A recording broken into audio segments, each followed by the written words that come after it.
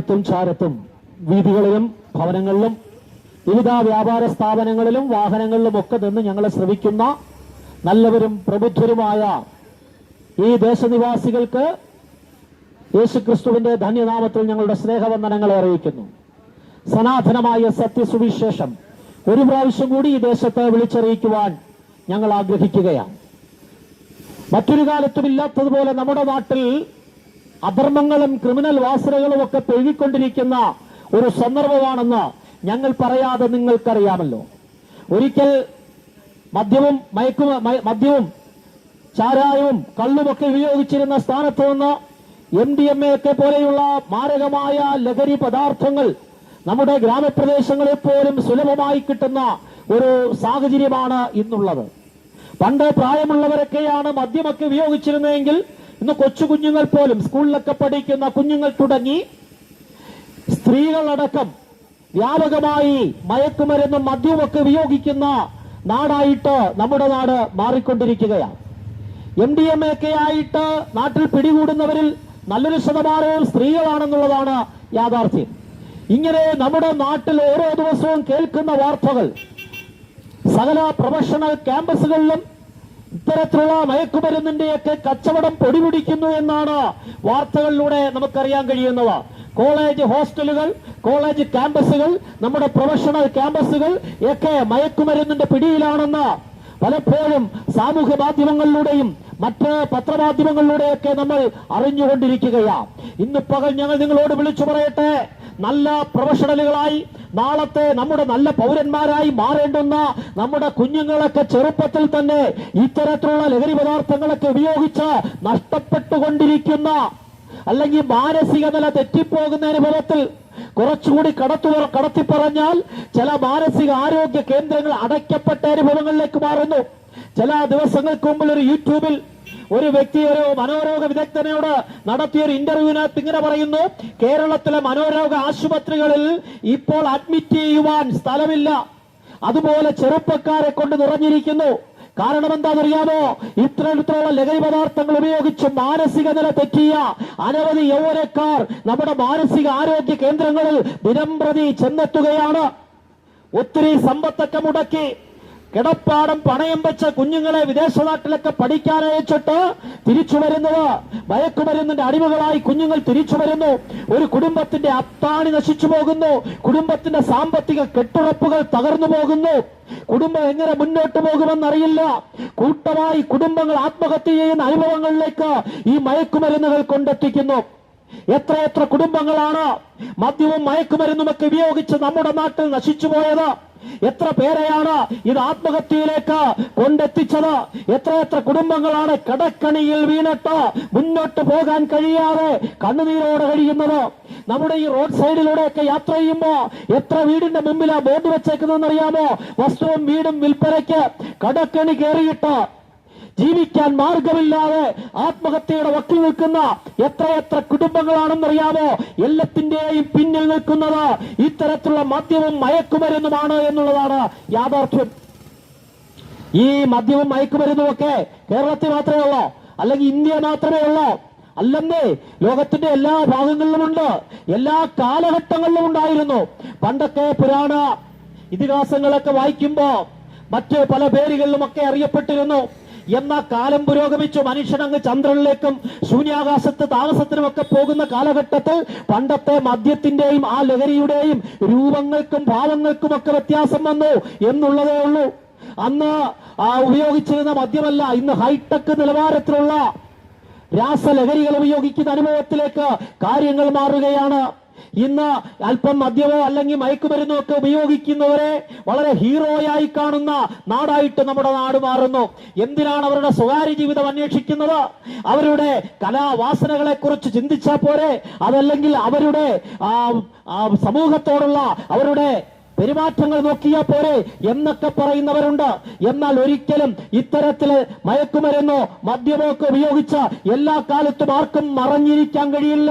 അവരുടെയൊക്കെ അകത്തുള്ള criminal വാസനകളും criminal സ്വഭാവങ്ങളും ഒരു ദിവസം അത് പുറത്തു വരിക തന്നെ ചെയ്യും. മറ്റൊരു കാര്യം കൂടി നിങ്ങളെ ഓർപ്പിക്കട്ടെ, കേരളത്തിൽ ഇന്ന് എല്ലാ ദിവസത്തെയും പത്രങ്ങൾക്കകത്തും സമൂഹ മാധ്യമങ്ങൾക്കകത്തും ടിവിക്കകത്തും പീഡനമെന്നൊരു വാർത്തയില്ലാത്ത ഒരു വാർത്ത പോലുമില്ല. അതൊന്നും പുറത്തു പറയാൻ പോലും കഴിയാത്ത പീഡനങ്ങൾ.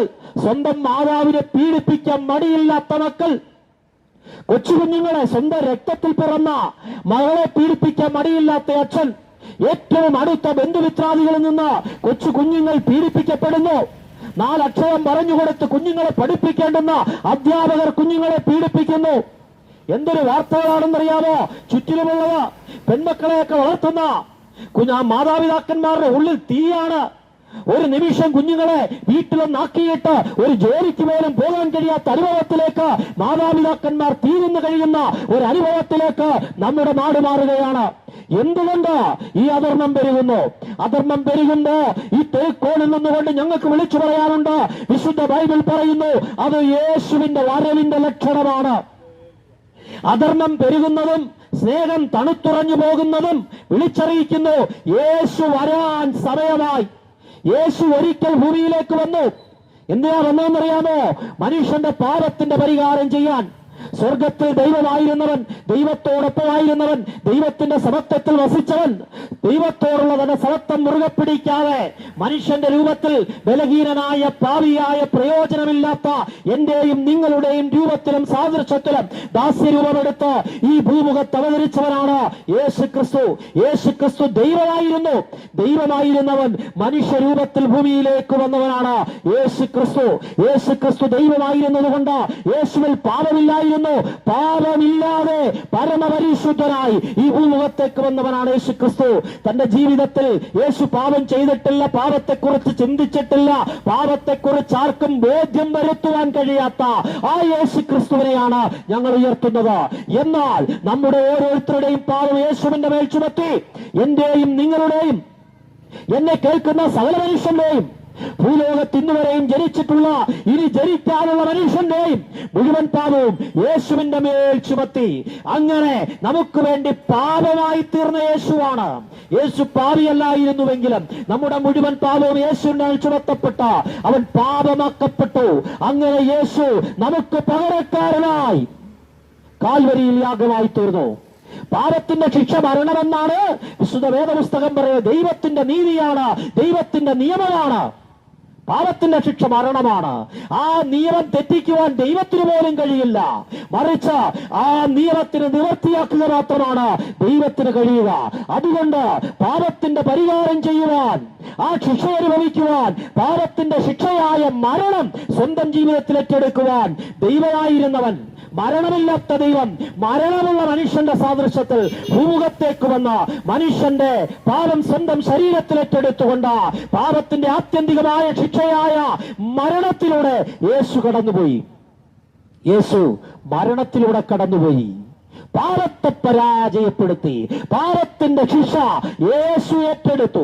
എന്നെ കേൾക്കുന്ന സകല മനുഷ്യർക്കും ഒരു സദ്വർത്തമാനം ഇന്ന് ഞങ്ങൾക്ക് വിളിച്ചു പറയുവാനുണ്ട്. മാനവകുലത്തിന്റെ പാപത്തിന്റെ പരിഹാരം യേശു ചെയ്തു. പാപത്തിന്റെ സകല കടവും യേശു കൊടുത്തു തീർപ്പാനിടയായി തീർന്നു. ഇതാണ് സദ്വർത്തമാനം, ഇതാണ് സുവിശേഷം. നല്ല വാർത്ത എന്നാണ് സുവിശേഷത്തിന്റെ അർത്ഥം. അതാണ് മനുഷ്യന്റെ പാപത്തിന്റെ പരിഹാരം യേശു എന്ന ദൈവപുത്രൻ എന്നേക്കുമായി ചെയ്തു. ഇനി മനുഷ്യന് പാപത്തിന്റെ പരിഹാരത്തിനായി മറ്റൊരു മാർഗവുമില്ല. കർമ്മങ്ങളിൽ, ആചാരങ്ങളിൽ ഭക്തിമാർഗമില്ല. അതല്ലെങ്കിൽ ഏതെങ്കിലും ജ്ഞാനമാർഗങ്ങളോ ഒന്നും അവശേഷിപ്പിച്ചിട്ടില്ല. മനുഷ്യന് പാപത്തിന്റെ പരിഹാരത്തിനായി ഒരേ ഒരു മാർഗം ക്രിസ്തുവിൽ വിശ്വസിക്കുക.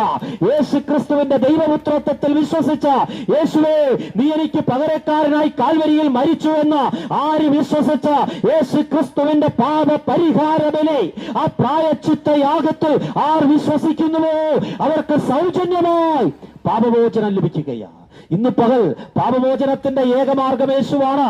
യേശു അല്ലാതെ ഒരു മാർഗവുമില്ല. വേദപുസ്തകത്തിൽ അടിവരയിട്ട് അസന്ദിഗ്ധമായി പറയുന്നൊരു വാക്യമുണ്ട്, മറ്റൊരുത്തരിലും രക്ഷയില്ല. ആകാശത്തിന്റെ കീഴിൽ മനുഷ്യരുടെ രക്ഷയ്ക്കായി നൽകപ്പെട്ട ഒരേ ഒരു നാമം യേശുവിന്റെ നാമമാണ്. പാപമോചനത്തിനു വേണ്ടി, മനുഷ്യന്റെ പാപത്തിന്റെ പരിഹാരത്തിനായി രക്തം ചീന്തിയ ഒരേ ഒരുവൻ അത് യേശുവാണ്. ഒരു മതനേതാക്കന്മാരോ ഒരു പുണ്യവാളന്മാരോ അല്ലെങ്കിൽ ഏതെങ്കിലും പ്രവാചകന്മാരോ അതുമല്ലെങ്കിൽ ഏതെങ്കിലും രാഷ്ട്രീയക്കാരോ ഇന്നുവരെ മനുഷ്യന്റെ പാപത്തിന്റെ പരിഹാരത്തിനായി രക്തം ചീന്തി പാപപരിഹാര യാഗത്തിലൂടെ കടന്നുപോയിട്ടില്ല. അത് യേശു മാത്രമാകയാൽ മാനവകുലത്തിന്റെ പാപത്തിന്റെ പരിഹാരം യേശുവിലൂടെയാണ്. അവന്റെ പുത്രനായ യേശുവിന്റെ രക്തം സകല പാപവും പോക്കി നമ്മെ ശുദ്ധീകരിക്കുന്നു. ക്രിസ്തുവിൽ വിശ്വസിക്കുന്ന സകല വ്യക്തികൾക്കും സൗജന്യമായി പാപമോചനം ലഭിക്കുകയാണ്. എത്ര കൊടും പാപിയായാലും ഗോവിന്ദചാമിക്കും ചെന്താമരയ്ക്കും പാപം മോചിക്കുവാനേ മാർഗമുണ്ട്. കോടതികൾ ക്ഷമിക്കാത്ത, ജയിലറുകൾ ക്ഷമിക്കാത്ത, മനുഷ്യർ ക്ഷമിക്കാത്ത, കുടുംബം ക്ഷമിക്കാത്ത ഏത് പാപത്തിനും മോചനം അത് യേശുവിലൂടെയാണ്. ഏത് കൊടും കുറ്റവാളിക്കും പാപമോചനമുണ്ട് ക്രിസ്തുവിലൂടെ. അതുകൊണ്ട് ഇന്ന് പകലി തെരുക്കോടിൽ നിന്ന് വിളിച്ചു പറയുന്നു, യേശുവിൽ വിശ്വസിക്കുന്നവർക്ക് സൗജന്യമായി പാപമോചനമുണ്ട്, സൗജന്യമായി വീണ്ടെടുപ്പുണ്ട്, സൗജന്യമായി നിത്യജീവനുണ്ട്.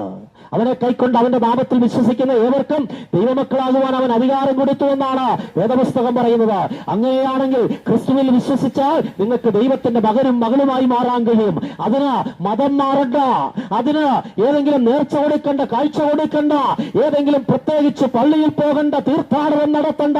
ഇരിക്കുന്ന ഇരിപ്പിൽ നിന്നുകൊണ്ട് യേശുവിനെ ജീവിതത്തിൽ സ്വീകരിക്കുന്നുവെങ്കിൽ നിങ്ങൾക്ക് ദൈവത്തിന്റെ മകനായി മാറാൻ കഴിയും, ദൈവത്തിന്റെ മകളായി മാറാൻ കഴിയും. ദൈവിക കുടുംബത്തിൽ നിങ്ങൾക്ക് ജീവിക്കാൻ കഴിയും. ദൈവത്തോടൊപ്പം ദൈവിക കുടുംബത്തിൽ ദൈവം ഇരിക്കുന്ന സ്വർഗീയ സിംഹാസനത്തിൽ അകത്തിരിക്കുന്ന ആത്മീയ അനുഭവത്തോടെ നിങ്ങൾക്ക് ഈ ഭൂമുഖത്ത് ജീവിക്കാൻ കഴിയും. ആ ആത്മീയ അനുഭവത്തിലേക്കാണ് നിങ്ങളെ ക്ഷണിക്കുന്നത്. ഇത് ആരെയും ഏതെങ്കിലും മതത്തിലേക്ക് മാറ്റുന്ന സന്ദേശമല്ല, മറിച്ച് ഇതൊരു മനുഷ്യനെ പുതുസൃഷ്ടിയാക്കി മാറ്റുന്ന സന്ദേശമാണ്. 2000 വർഷമായി ലോകത്തിന്റെ തെരുക്കോടുകൾ വിളിച്ചു പറയുന്ന സന്ദേശം, അനേകായിരങ്ങളെ ജീവിതത്തിലേക്ക് മടക്കി കൊണ്ടുവന്ന സന്ദേശം, അനേക മദ്യപാനികളെ മാനസാന്തരപ്പെടുത്തിയ സന്ദേശം, അനേകരെ ആത്മഹത്യകളിൽ നിന്ന് പുറത്തു കൊണ്ടുവന്ന സന്ദേശം, അനേകരെ രൂപാന്തരപ്പെടുത്തിയ സന്ദേശം, അനേക ക്രിമിനലുകളെ മനുഷ്യരാക്കി മാറ്റിയ സന്ദേശം, നരഭോജികളായ മനുഷ്യരെ നാം മനുഷ്യ സ്നേഹികളാക്കി മാറ്റിയ സന്ദേശം. ആ സന്ദേശമാണ് സത്യസുവിശേഷം. ആ സന്ദേശത്തിലേക്കാണ് നിങ്ങളെ ക്ഷണിക്കുന്നത്. ഞങ്ങൾ പ്രസംഗിക്കുന്ന യേശുക്രിസ്തു കാൽവരി ക്രൂശിൽ മരിക്കുക മാത്രമല്ല, മരണത്തിന് ശേഷം 3-ാം ദിവസം യേശു ഉയർത്തെഴുന്നേറ്റു. ലോകത്തിൽ എത്രയെത്ര മഹാന്മാർ വന്നു, എത്രയെത്ര തത്വചിന്തകന്മാർ വന്നു, എത്രയെത്ര രാഷ്ട്രീയ നേതാക്കന്മാർ വന്നു, ലോകത്തെ കിടുകിട വിറപ്പിച്ച സൈന്യാധിപന്മാർ വന്നു. എന്നാ സകലരും കല്ലറകൾ കൊണ്ടൊരുങ്ങി, സകല പ്രവാചകന്മാരുടെയും കല്ലറകൾ അടഞ്ഞുകിടക്കുന്നു. എന്നാൽ ഈ തെരുക്കോണിൽ നിന്നുകൊണ്ട് വിളിച്ചു പറയുന്നു, തുറന്നു കിടക്കുന്ന ഒരേ ഒരു കല്ലറ അവിടെ ഇങ്ങനെ എഴുതിയിരിക്കുന്നു, അവൻ ഇവിടെ ഇല്ല, അവൻ ഉയർത്തെഴുന്നേറ്റിരിക്കുന്നു. അത് യേശുവിന്റെ കല്ലറയാണ്. യേശു ഉയർത്തെഴുന്നേറ്റിന്നും ജീവിക്കുന്നു. അതുകൊണ്ട് ഞങ്ങൾ പറയുന്നു, ക്രിസ്തുവിൽ വിശ്വസിക്കുന്നവർക്ക് ഒരു ഉയർത്തെഴുന്നേൽപ്പുണ്ട്. മരണത്തിനപ്പുറമൊരു നിത്യ സന്തോഷവും നിത്യാനന്ദവും മനുഷ്യനെ ദൈവം വെച്ചിട്ടുണ്ട്. യേശു ഇങ്ങനെ പറയുന്നു, ഞാൻ തന്നെ ജീവനും പുനരുദ്ധാനവുമാകുന്നു. ക്രിസ്തുവിൽ വിശ്വസിക്കുന്നവർ മരിച്ചാലും ജീവിക്കും. മരണത്തിനപ്പുറവും ഒരു ജീവിതം വാഗ്ദാനം ചെയ്യുന്ന, നിത്യജീവൻ വാഗ്ദത്തം ചെയ്യുന്ന സത്യസുവിശേഷമാണ് ഞങ്ങൾ നിങ്ങളോട് വിളിച്ചു പറയുന്നത്. ജീവിച്ചിരിക്കുമ്പോൾ സകല തിന്മയും കളവും സകലവിധമായ തിന്മപ്രവർത്തികളും പാപപ്രവർത്തികളും ചെയ്ത് ജീവിച്ചിട്ട് മരിച്ചതിനു ശേഷം നടത്തുന്ന മതപരമായ കർമ്മങ്ങൾക്കോ ആചാരങ്ങളോ ആരെങ്കിലുമൊക്കെ പൈസ മുടക്കി നടത്തുന്ന നേർച്ചകളോ കൊണ്ട് ആർക്കും നിത്യതയിലെത്തി സന്തോഷത്തോടെ നിത്യാനന്ദത്തിൽ ജീവിക്കാൻ കഴിയില്ല. അത് സാധ്യമാകുന്നത് ഇവിടെ ഇപ്പോൾ ക്രിസ്തുവിനോടൊപ്പം ജീവിക്കുന്നവർക്ക്. ദൈവത്തിലേക്കുള്ള ഏകവഴി ക്രിസ്തുവാണ്. അവനാണ് വഴിയും സത്യവും ജീവനും. ക്രിസ്തുവിലൂടെ അല്ലാതെ മറ്റൊരു വഴിയിലൂടെയും ആർക്കും ദൈവസന്നിധി എത്തിച്ചേരാൻ കഴിയില്ല. അങ്ങനെ ക്രിസ്തുവിലൂടെ ദൈവസന്നിധിയിൽ ചെന്ന ദൈവത്തോടൊപ്പം ജീവിക്കുന്ന വ്യക്തിക്ക് മരണശേഷവും നിത്യമായ ആനന്ദത്തോടെ നിത്യജീവനിൽ ജീവിക്കാൻ കഴിയും. അല്ലാതെ ആർക്കും നിത്യമായ ജീവിതത്തിൽ എത്തിച്ചേരാൻ കഴിയില്ല എന്ന വേദപുസ്തകം അടിവരയിട്ട് പഠിപ്പിക്കുകയാ. ഇന്ന് പകൽ ഞങ്ങൾ നിങ്ങളോട് പറയട്ടെ, നിങ്ങൾക്കും മരണത്തിനപ്പുറമുള്ള നിത്യാനന്ദം അനുഭവിച്ച നിത്യസ്വർഗത്തിൽ നിത്യ ആനന്ദത്തിൽ ജീവിക്കുവാൻ ഒരു മാർഗമുണ്ട്, ക്രിസ്തു എന്ന മാർഗം. ആ മാർഗത്തെ കുറിച്ച് പറയുന്നു, ഇതാകുന്നു സുപ്രസാദകാലം, ഇപ്പോഴാകുന്നു രക്ഷാദിവസം. ഈ ശരീരത്തിൽ ഇരിക്കുമ്പോൾ നിങ്ങൾ രക്ഷയുടെ ഈ അനുഭവത്തിലേക്ക് വരണം. മരണം എല്ലാവരുടെയും പുറകെ യാത്ര ചെയ്യുകയാ. എപ്പോ വേണമെങ്കിലും മരണം നമ്മെ തേടി വരാം. അത് വീട്ടിൽ വെച്ചോ, സ്കൂളിൽ വെച്ചോ, ചന്തയിൽ വെച്ചോ, പള്ളിയിൽ വെച്ചോ, അല്ലെങ്കിൽ ആരാധനാലയങ്ങളിൽ വെച്ചോ, യാത്രയുടെ നടുവിലോ മരണം നമ്മെ തേടിയെത്തും. എന്നാൽ മരണം കൊണ്ട് ഈ ശരീരം വിട്ടാത്മാവ് പോകുന്നതിന് മുമ്പ് വിലയേറിയ ആത്മാവ്, മുഴി ലോകത്തെക്കാളും വലിയൊരു ആത്മാവ് നമ്മുടെ അകത്തുണ്ട്. ആ ആത്മാവിന്റെ രക്ഷ നിങ്ങൾ സ്വന്തമാക്കണം. മരിച്ചതിന് ശേഷം ആർക്കും ആത്മാവിന്റെ രക്ഷയ്ക്ക് വേണ്ടി ഒന്നും ചെയ്യാൻ കഴിയില്ല. മരിക്കുന്ന വ്യക്തിക്കും ചെയ്യാൻ കഴിയില്ല, ജീവിച്ചിരിക്കുന്ന ബന്ധുക്കൾക്കും ചെയ്യാൻ കഴിയില്ല. ഒറ്റ മാർഗമേ ഉള്ളൂ. ഈ ശരീരത്തിലിരിക്കുമ്പോൾ യേശുവിനെ അറിഞ്ഞാൽ നിങ്ങൾക്ക് മരണശേഷവും നിത്യമായ ആനന്ദത്തോടൊപ്പം ദൈവത്തോടൊപ്പം ജീവിക്കാൻ കഴിയും. അതുകൊണ്ട് ഞങ്ങൾ ഒരിക്കൽ കൂടി ഓർപ്പിക്കുന്നു, ഇതാകുന്നു രക്ഷാദിവസം, ഇപ്പോഴാകുന്നു സുപ്രസാദകാലം. യേശുവിനെ കൈക്കൊള്ളുക, യേശുവിന് വേണ്ടി നിങ്ങളുടെ ജീവിതത്തെ സമർപ്പിക്കുക. ഒന്ന് രണ്ട് വാക്കുകൾ കൂടി പറഞ്ഞ് ഞങ്ങൾ അവസാനിപ്പിക്കാം. യേശു വരാൻ സമയമായി. അധർമ്മം പെരുകുമ്പോ തിരിച്ചറിഞ്ഞോണം, യേശു വരാൻ സമയമായി. മധ്യാകാശത്ത് യേശു വേഗം വരാൻ പോവുകയാ. എന്തിനാണെന്നറിയാമോ? ഒരിക്കൽ പാപം പരിഹരിക്കാൻ വന്നവൻ ഇനി വരുന്നത് പാപം പരിഹരിച്ച് പാപത്തെ പരാജയപ്പെടുത്തി യേശുവിനോടൊപ്പം പാപത്തെ വെറുത്ത് പരിശുദ്ധരായി വിശുദ്ധരായി ജീവിക്കുന്ന തന്റെ ജനത്തെ തന്നോടൊപ്പം ചേർക്കുവാൻ യേശു മധ്യാകാശത്ത് വരികയാ. അതുകൊണ്ടാ യേശുവിന്റെ വരവെടുക്കും തോറും അധർമ്മം പെരുകിക്കൊണ്ടിരിക്കും. ഇനി അധിക നാളൊന്നുമില്ല. ഏറ്റവും പെട്ടെന്ന്, എത്രയും പെട്ടെന്ന്, അധികം താമസമില്ലാതെ യേശു വരാൻ പോവുകയാ. എന്തിനാണെന്ന് ഒരിക്കൽ കൂടി ഞങ്ങൾ പറയാം. ഇവിടെ കർത്താവിനെ കാത്തിരിക്കുന്ന, വിശുദ്ധിയോടെ ജീവിക്കുന്ന തന്റെ വൃതന്മാരെ ചേർത്ത് അവർക്ക് നിത്യമായ സന്തോഷം കൊടുക്കാൻ, എന്നാ ദുഷ്കർമ്മങ്ങൾ ചെയ്ത് തിന്മ പ്രവർത്തിക്കുന്ന സകലർക്കും നിത്യനരകവും ന്യായവിധിയും കൊടുക്കാനും കൂടിയ യേശു വരുന്നത്. ചൂള പോലെ കത്തുന്ന ഒരു ദിവസം വരുന്നു. അന്ന് സകല അഹങ്കാരികളും സകല ദുഷ്പ്രവർത്തിക്കാരും താവടിയാകുമെന്ന് തിരുവചനം പറയുന്നു. നിങ്ങളും അങ്ങനെ ന്യായവിധിക്കകത്തകപ്പെട്ട് ചാകാത്ത പുഴുക്കളുടെയും കെടാത്ത തീയുടെയും നടുവിലേക്ക് തള്ളപ്പെടാതിരിക്കുവാൻ ഈ സന്തോഷവർത്തമാനം, ഈ സദ്വർത്തമാനം, ഈ സത്യ സുവിശേഷം ഈ തെരുക്കോടിൽ നിന്നുകൊണ്ട് നിങ്ങളോട് വിളിച്ചു പറയുക. ക്രിസ്തുവിൽ വിശ്വസിച്ച് രക്ഷ പ്രാപിക്കുക. കർത്താവിന്റെ വരവിൽ നിങ്ങൾക്കും ക്രിസ്തുവിനോടൊപ്പം നിത്യമായ സ്വർഗത്തിൽ നിങ്ങൾക്കും എടുക്കപ്പെടുവാൻ അവസരമുണ്ട്.